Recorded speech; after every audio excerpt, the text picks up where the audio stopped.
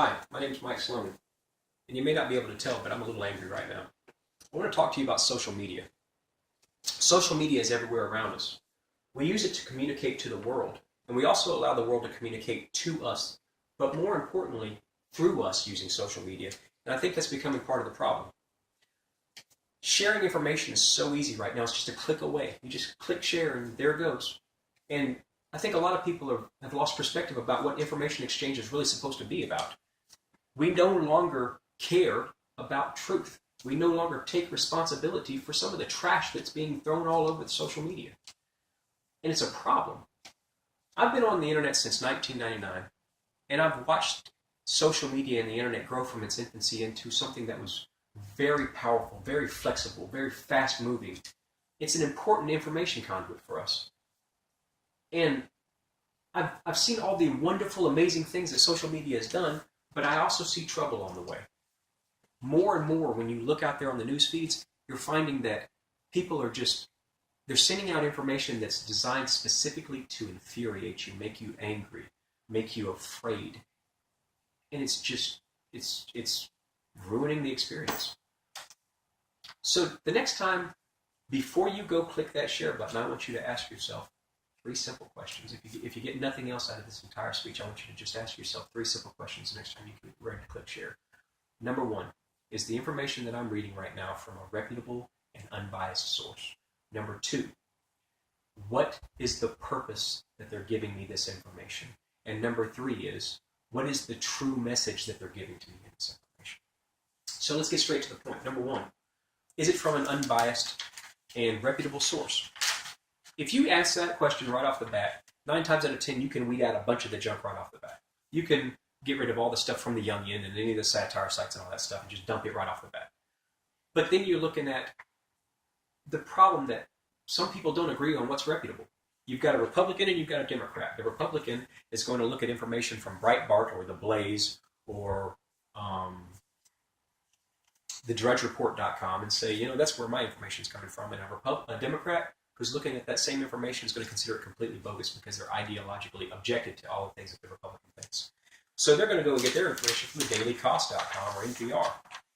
And this is the kind of thing that happens no matter when you have opposite sides. You have a religious debate or a conspiracy theory debate or a sports team debate.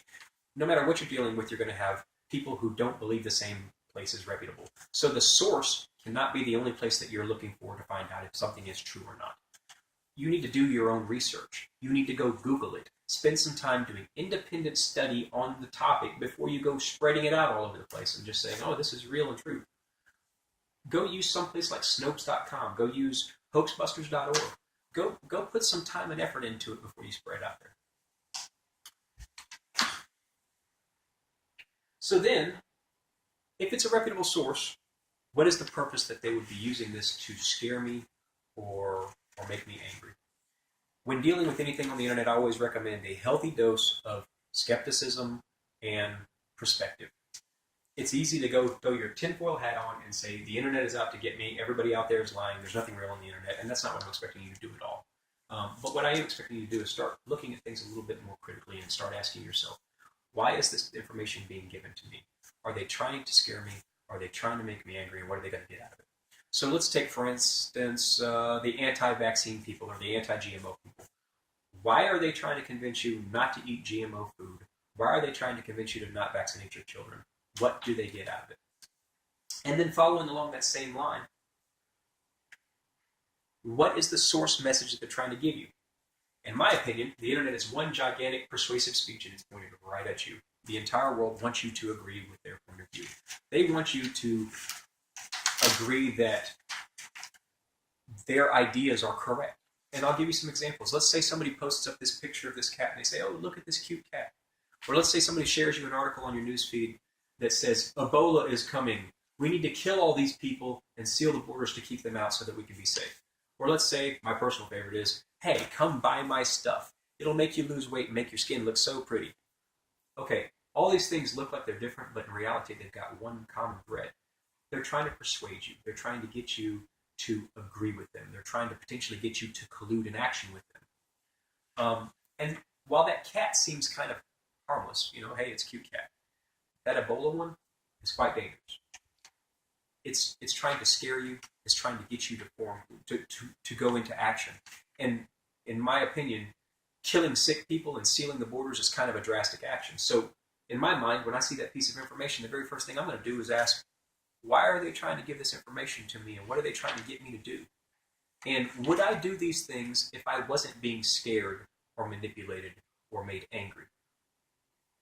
When I look at that, I think immediately that the person that's trying to share that information to me is either uneducated, or that person is scared to death, or more importantly, that person might be trying to cause trouble.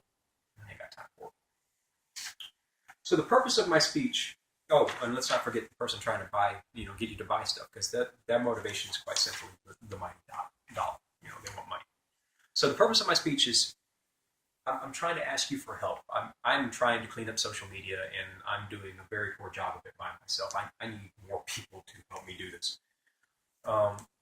Before you click the share button, those 3 simple questions can save yourself embarrassment with your friends. They can save you from sharing trash out that they're going to have to deal with that could be potentially fallacious or dangerous. So before you click share, ask yourself, is it from a reliable and unbiased source? What is the purpose that they're giving it to me? And what is the true message that they're trying to give you? We all use social media, and I believe that it's our responsibility to control our own news feeds. It's what the rest of the world sees from us. It's how they judge us. And it's irresponsible of us to willfully share out lies and falsehoods. And I know how the internet works. There are some people out there who willfully want to go do that, and I can't help you because you're part of the problem.